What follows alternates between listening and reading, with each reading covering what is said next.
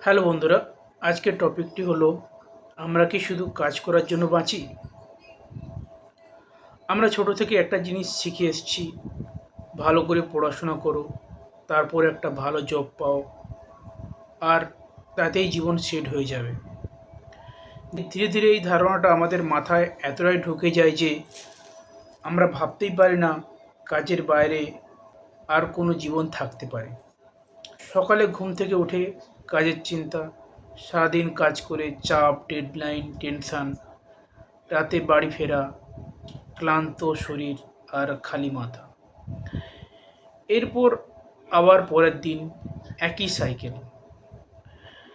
একসময় বুঝতে পারি না আমরা কি সত্যি বাঁচছি নাকি শুধু একটা রুটিন ফলো করছি। আমরা ভাবি এখন কষ্ট করি, পরে একদিন এনজয় করব, কিন্তু সেই একদিন কবে আসবে সেটা কেউ জানে না। জীবন কোনো গ্যারান্টি দেয় না। এই দৌড়ের মধ্যে আমরা অনেক কিছুই হারিয়ে ফেলি।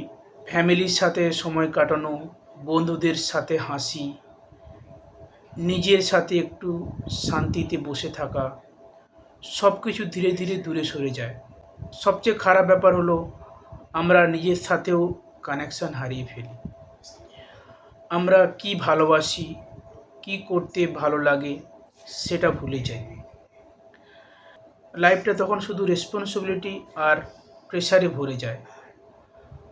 অনেকেই ভাবে বেশি কাজ মানেই সাকসেস, কিন্তু সত্যিটা হলো অতিরিক্ত কাজ একসময় তোমাকে ভেঙে দেয়। বার্ন আউট হয়, মোটিভেশন চলে যায়, আর ভিতরটা একদম ফাঁকা লাগতে শুরু করে। টাকা দরকার, এটা সত্যি, কিন্তু টাকা কখনোই শান্তি, সুখ বা ভালোবাসা কিনে দিতে পারে না। দিনের শেষে মানুষ তার আর্নিং না, তার মুভমেন্টগুলো মনে রাখে।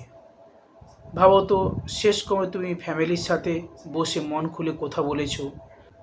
শেষ কবে তুমি নিজের জন্য কিছু করেছো? যদি এই প্রশ্নগুলোর উত্তর মনে না পড়ে, তাহলে হয়তো তুমি শুধু কাজ করে যাচ্ছ, বাঁচছ না।